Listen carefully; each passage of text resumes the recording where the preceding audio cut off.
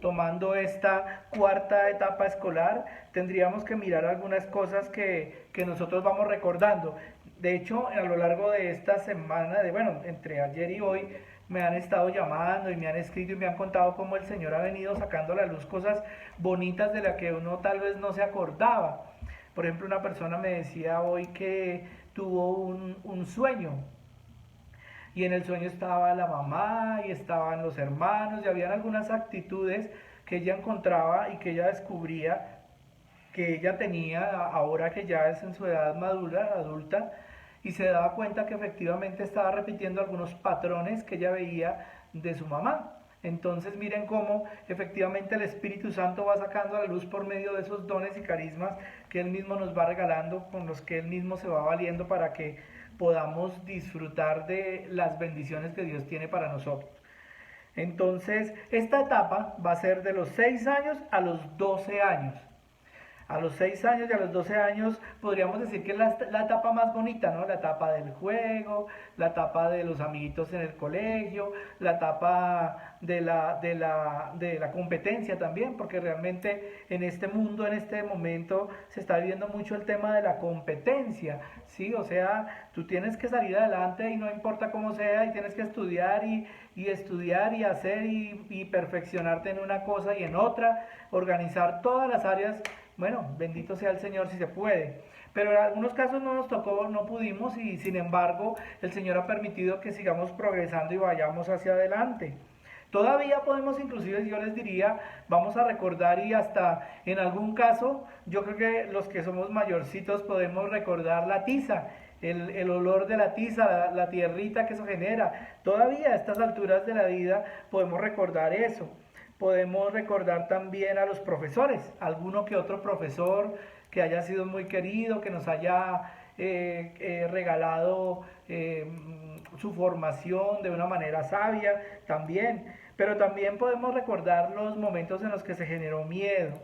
Miedo en el salón, tal vez, miedo con los compañeros, tal vez hubo en algún momento acontecimientos en los que nos marcó el bullying. Bueno, en ese tiempo no hablábamos del bullying, no existía, hablábamos de otro tipo de experiencias, la pelea o que me la están montando, decíamos tal vez. Y efectivamente nosotros en este momento de nuestras vidas podemos decir si en algún momento se nos bloqueó de pronto el tiempo de la formación intelectual, como pasa en algunos casos. Por ejemplo, hay personas que dicen, Javi, yo no puedo, a mí no me haga hablar en público porque es que a mí me da pena, porque es que yo no soy capaz. Podríamos remontarnos a esa etapa si de pronto en algún momento nos bloqueamos o por los acontecimientos, tal vez teníamos que presentar en algún momento algún trabajo o tuvimos que pasar y hablar en público y algo pasó. Por ejemplo, que en medio de la presión del salón tal vez me hice chichi en los pantalones, también puede pasar.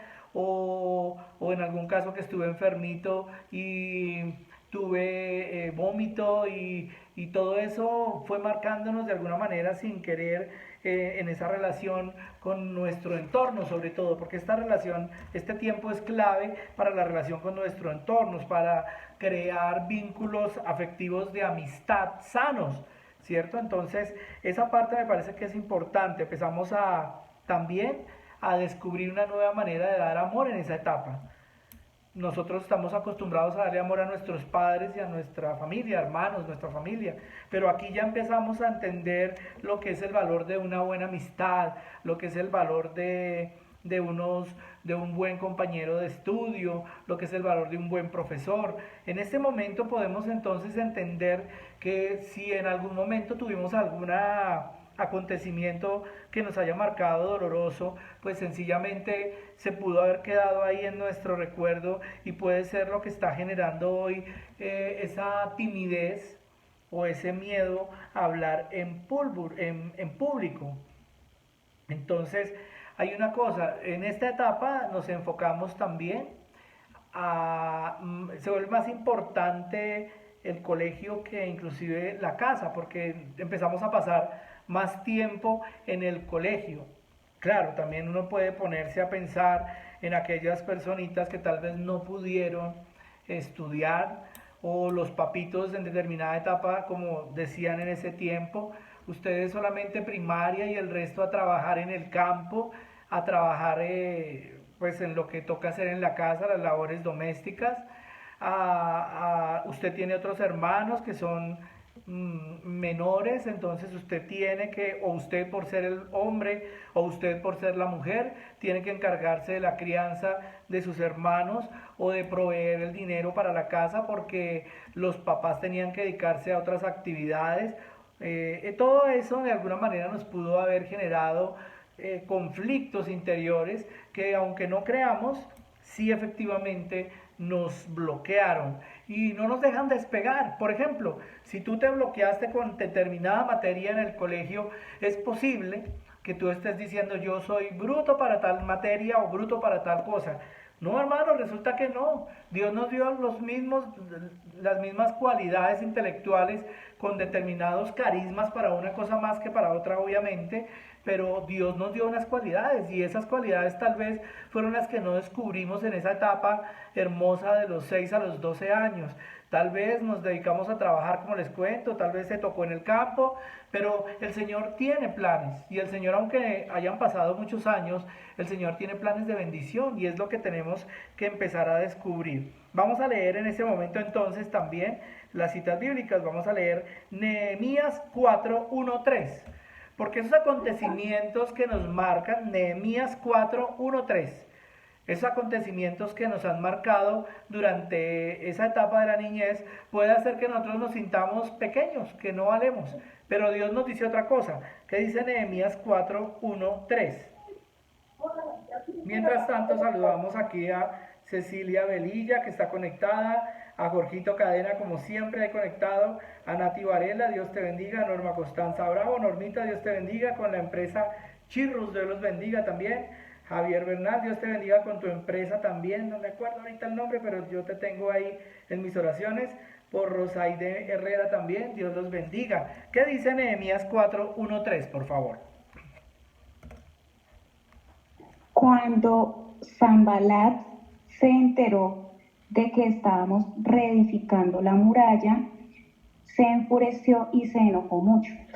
Y burlándose de los judíos, habló en presencia de sus hermanos y de los ricos de Samaria, y dijo: ¿qué hacen estos débiles judíos? ¿La restaurarán para sí mismos? ¿Podrán ofrecer sacrificios? ¿Terminarán en un día? ¿Harán revivir las piedras de los escombros polvorientos, aún las quemadas? Tobías, el amonita, estaba cerca de él y dijo: aún lo que están edificando, si un zorro saltara sobre ello, derribaría su muralla de piedra. Palabra de Dios.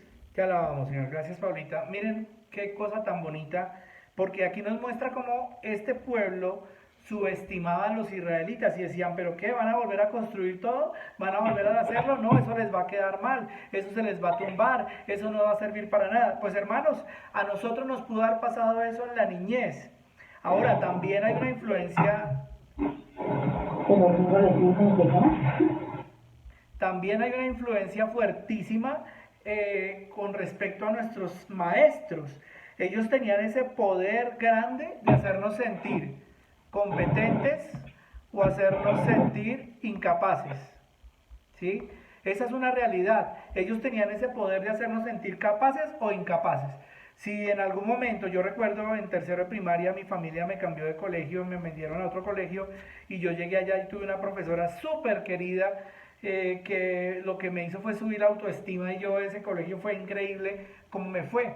Sin embargo, pues no era el más juicioso, entonces luego llegué a primero de bachillerato y perdí el primero de bachillerato en un muy buen colegio al que mis papás me habían metido, me habían ingresado y bueno, terminé también en otro colegio muy bueno, gracias a Dios, también por el tema de valores, sobre todo. Yo creo que Dios tenía ese plan perfecto. Pero sí, efectivamente, hermano, si nosotros entramos en ese ambiente y nos dicen, y nosotros no lo creemos, porque ese es el problema. Cuando ustedes y a mí en algún momento de la vida tienen un proyecto de vida y esas personas a las que ustedes aman, no hablemos de las personas de fuera de nuestras vidas, no hablemos de las personas que están cerca a nosotros. y ustedes les dicen, mire, yo tengo este proyecto, yo quiero hacer esta cosa, yo quiero iniciar este proyecto de vida, este negocio, esta empresa, y apenas tú abres tu boca y le cuentas a estas personas que se supone te aman, y yo estoy seguro no lo hacen con mala intención, tú les planteas tu proyecto y estas personas dicen, ¿usted? Y empieza obviamente el tema de sacarnos el prontuario. Ellos nos conocen mejor que nadie. Usted que ha hecho esto, usted que ha hecho aquello, usted que no sé qué, usted que ni sé cuántas. Si en algún momento tú te equivocaste como en determinada edad, que ahorita vamos a hablar también de esos pecados, que robaste, que le sacaste la plata a la mamá, al papá, que hiciste ciertas cosas, en ese tiempo en el que tú empiezas ya a madurar, te van a sacar todo lo que hay inclusive de tu niñez, que es el tiempo de formación. Y ahí es donde nosotros tenemos que entender que a pesar de haber cometido muchos errores, tenemos que entender que Dios es misericordioso y que Dios nos perdona en la medida en que nosotros somos capaces de perdonar y de replantearnos y empezar de nuevo. Ahí tendríamos que hablar puntualmente de la atrición y de la contrición. La atrición básicamente es un amor imperfecto, perdón, un dolor imperfecto por haberle fallado a Dios. Y la contrición es el dolor perfecto de haberle fallado a Dios. Normalmente nosotros sentimos atrición, que es, decimos, qué embarrada, pequé, pero sigo haciéndolo, o ya me pasó y no sentí nada. La contrición es decir, yo tengo ese propósito de enmienda en el que quiero sanar mi corazón y respaldar y empezar de nuevo. Entonces, hermanos, estamos llamados nosotros a replantearnos en esta etapa de la vida y a renunciar a aquellos momentos en los que de alguna manera nos hayan disminuido por nuestras propias acciones. No digamos que los demás nos disminuyeron porque sí, no. No estamos hablando de casos extremos como una violación, como momentos dolorosos de violencia fuerte, que también obviamente nos tuvieron que haber anulados y los vivimos, ¿sí? Pero estoy hablando de cosas muy normales en el colegio. Lo que tu profesor, ese primer profesor te pudo haber dicho en determinado momento, lo que generó en eso, ¿sí? Y ahí en el libro de Sanando las 8 etapas de la vida de los hermanos Lin, ponen un ejemplo muy bonito y dice que hicieron un experimento en un colegio. Fueron unos científicos y le dijeron a un profesor que habían 5 alumnos que eran tremendamente inteligentes. Ese profesor entonces, dice el estudio que hicieron, se concentró en esos 5 muchachos más que en todo el salón. Y los muchachos efectivamente salieron adelante mucho mejor que los otros muchachos. Cuando terminaron el estudio ese año, estos científicos le dijeron, no, mire, nosotros escogimos al azar esos 5 muchachos de ese salón, los escogimos al azar. Fue el tema de lo que le dijimos a usted y usted de una vez empezó predispuesto a trabajar con esos 5 más que con los demás.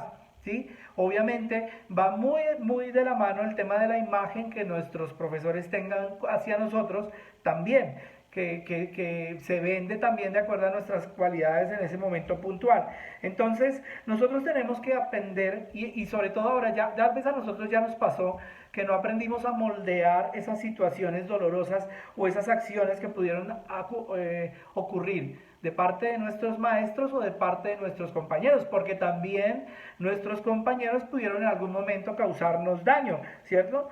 Entonces el bullying, la persecución, porque soy bajito, porque soy altico, porque soy gordito, o porque soy flaquito, o porque no hablo, o porque soy callado, o porque, bueno, por tantas cosas, o por mi color de piel, o por, bueno, tantas situaciones, porque no soy de la misma región donde vivo, porque hablo de otra manera, bueno, todo eso de alguna manera pudo habernos afectado a nosotros y ahora nosotros estamos llamados a hacer que todas esas comentarios que están afectando ahora a nuestros hijos no trasciendan en nosotros como tal vez podría trascender sobre ellos. Nosotros no podemos dejar que eso permita. Y voy a poner un ejemplo también de aquí de mi casa.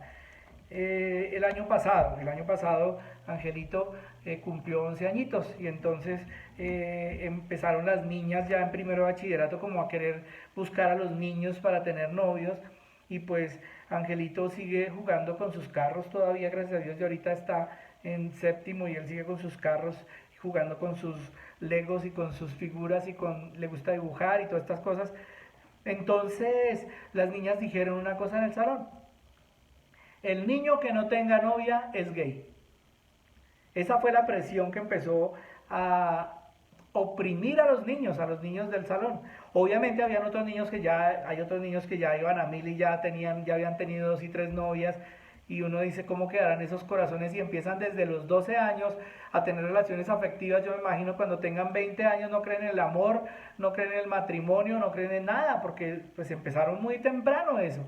Sin embargo, bueno, es respetable cada situación, Dios se encargará. En el caso puntual de nosotros, entonces empezó la presión social del salón de que tenía que tener novia, los niños tenían que tener novia. Y entonces empezamos a orar y pues un día Angelito comentó eso. No, imagínense que en el salón están diciendo que el niño que no tenga novia es gay. Entonces yo le dije a Angelito, hijo, ¿y es que te gusta alguna niña?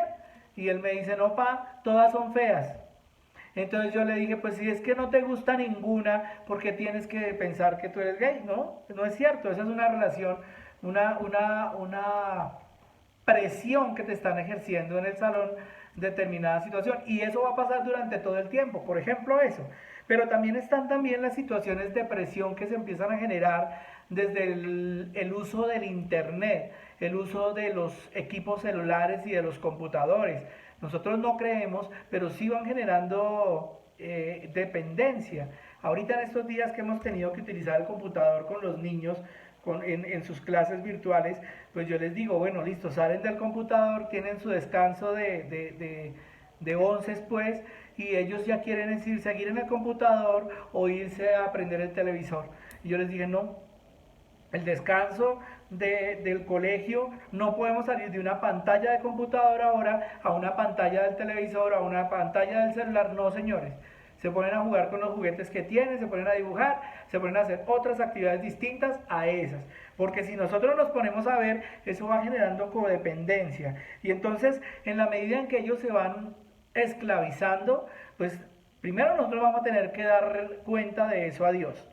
Primero. Segundo, no es sano, porque ellos no van a aprender a socializar, no van a aprender a jugar, no van a aprender a encontrar y a descubrir otras actividades y cualidades que tienen, sino que se van a dedicar solo a eso que el mundo les está mostrando, les está influenciando. Entonces, nosotros como papás, desde las cualidades intelectuales que van teniendo nuestros hijos, eso es clave. No es lo mismo hablarle a un niño de 5 años, a uno de 7 años o a un niño de 12 años, pero ya puntualmente desde los 6 hasta los 12 años, los niños tienen mucha más capacidad de discernir, y es lo que nosotros tenemos que enseñarle a nuestros hijos. Tienes que discernir, tienes que pensar si lo que tú haces te conviene o no, si lo que tú dices te conviene decirlo o no, y cómo decirlo. Porque también encontramos muchas situaciones en las que los niños son mordaces para tratarse unos con otros, donde se destruyen de una manera terrible, no tienen un filtro para decirle, hijo, tienes que saber decir las cosas, decirlas con amor. ¿Cómo lo diría Jesús? ¿Cómo lo haría Jesús? ¿Cómo lo haría? Entonces, de esa manera uno va enseñando a nuestros hijos para que vayan moldeando sus reacciones, sus acciones, con respecto a la influencia de todo este entorno del que no nos podemos salir, y ellos no se van a poder salir. Entonces, si tú, por ejemplo, estás en un equipo de fútbol, de baloncesto, de lo que sea, tú pierdes, ¿quiere decir entonces que eres un perdedor para toda la historia? No, hermanos. Y ahí es donde nosotros tenemos que enseñarles a ellos, hijo, no siempre vamos a ganar todo, no siempre vamos a triunfar en todo, pero tú tienes tus cualidades, y en esas cualidades tienes que enfocarte, porque por ahí sí vas a triunfar, por ahí sí te va a ir muy bien en tu vida. Entonces, hermanos, esa es una realidad que nosotros tenemos que saber trabajar en nuestros hijos. Vamos ahora a leer Santiago 1, Santiago capítulo 1, versículo 12, por favor. Mientras tanto, saludamos también a Ana Gómez. Dios te bendiga. Bienvenida, Ana. Si alguno tiene algún aporte para esta situación, también chévere. Por eso el Zoom nos da esa capacidad. Pueden poner una manito levantada y yo con todo gusto les doy la palabra a todos los que estamos acá. Ahora, hay otro tema que es importante dentro de este tema del mundo y de los niños entre los 6 y los 12 años. Y es que la perseverancia es la clave. A veces, ¿quién quiere leerlo, por favor? Oh, Javi. Dale, por favor, Santiago 1:12. Feliz el hombre que soporta pacientemente la prueba, porque después de probado recibirá la corona de vida que el Señor prometió a los que aman.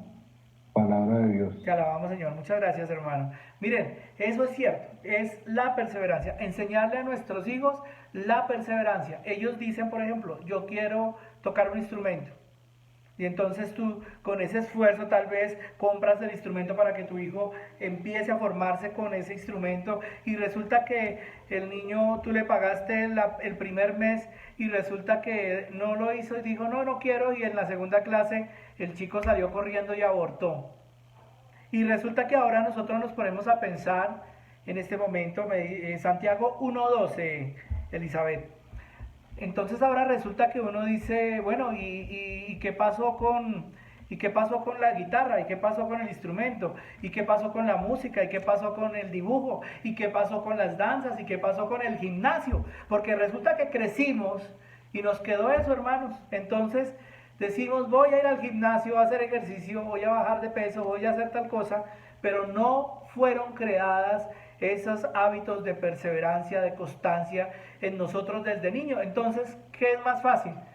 Tú llegas, pagas, hay gente que dice que tal vez por el tema de la inversión se obliga a ir al gimnasio hasta que termina de pagar la mensualidad y no voy a perder esa plata. Bueno, bendito sea el Señor, así lo hace porque pues duele el desperdiciar el dinero de esa manera.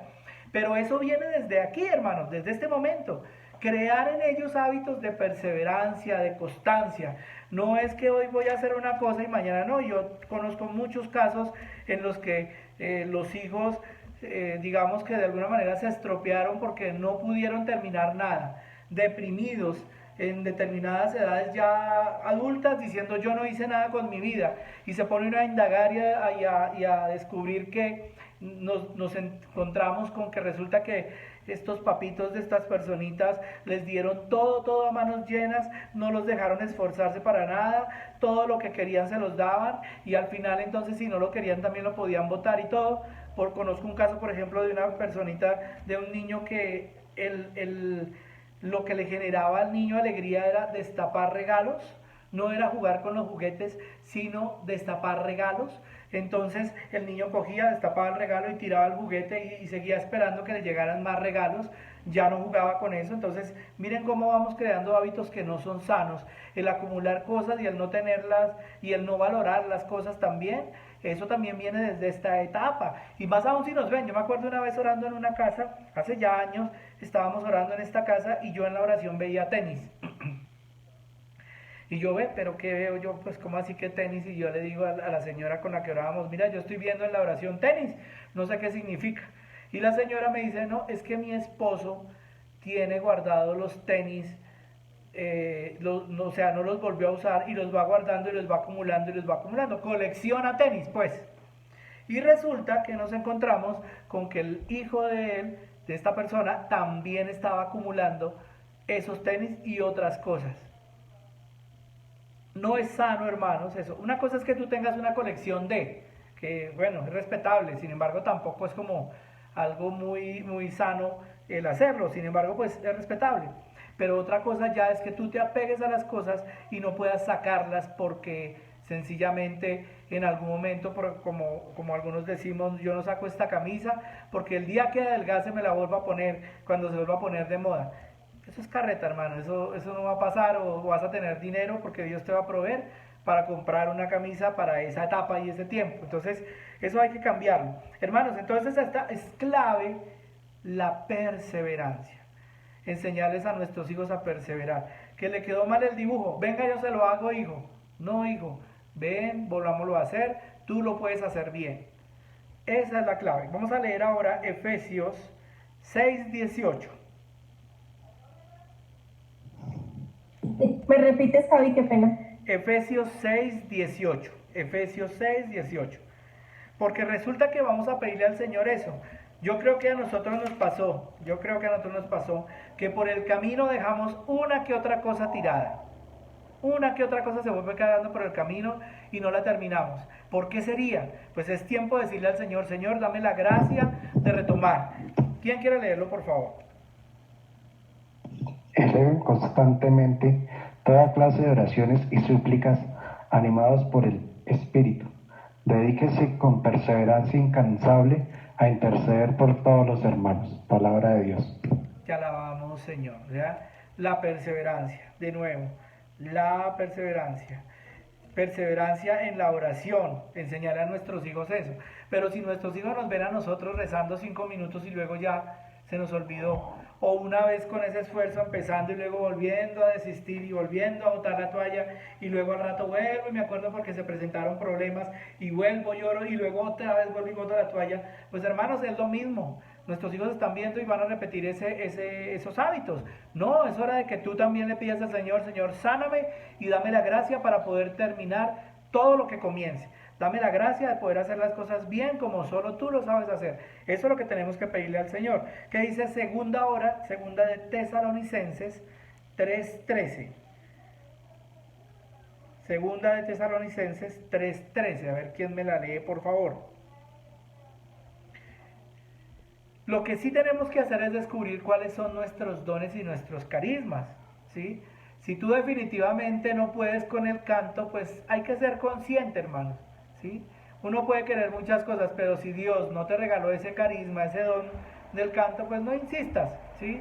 Porque sencillamente no hay por ahí, pero sin embargo Dios te pudo haber dado el don del dibujo bien bonito o cualquier otro don bien precioso. Este tema de manejar estas redes y de manejar estos aparatos es una bendición y hay gente que es muy buena en eso. ¿Quién lo lee, por favor? Javi, repites por favor.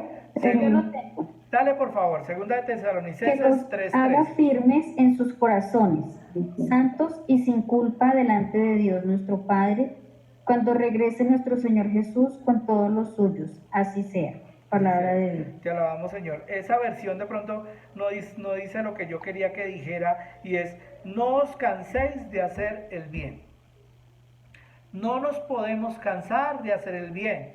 Uno escucha a la gente decir, ay, no, pero es que esa señora o ese señor, yo no sé por qué a ellos sí les va bien y que roban o que están haciendo o que están esfalcando o que actúan mal o que si son groseros o que no están cerca de Dios, ya a ellos sí les va bien, en cambio a mí no, entonces a mí me provoca no volver otra vez y dedicarme a hacer las cosas mal. No, hermano, nosotros no nos podemos cansar de hacer el bien y esa perseverancia también es clave. ¿Por qué? Hermanos, en este caso puntual de esta edad, de pronto a nosotros no nos enseñaron, tal vez nosotros aprendimos lastimosamente a coger las cosas que no debíamos coger. Nos robamos algo, nos quedamos con el juguetico, con el muñequito, y todo eso empieza por cosas muy pequeñas.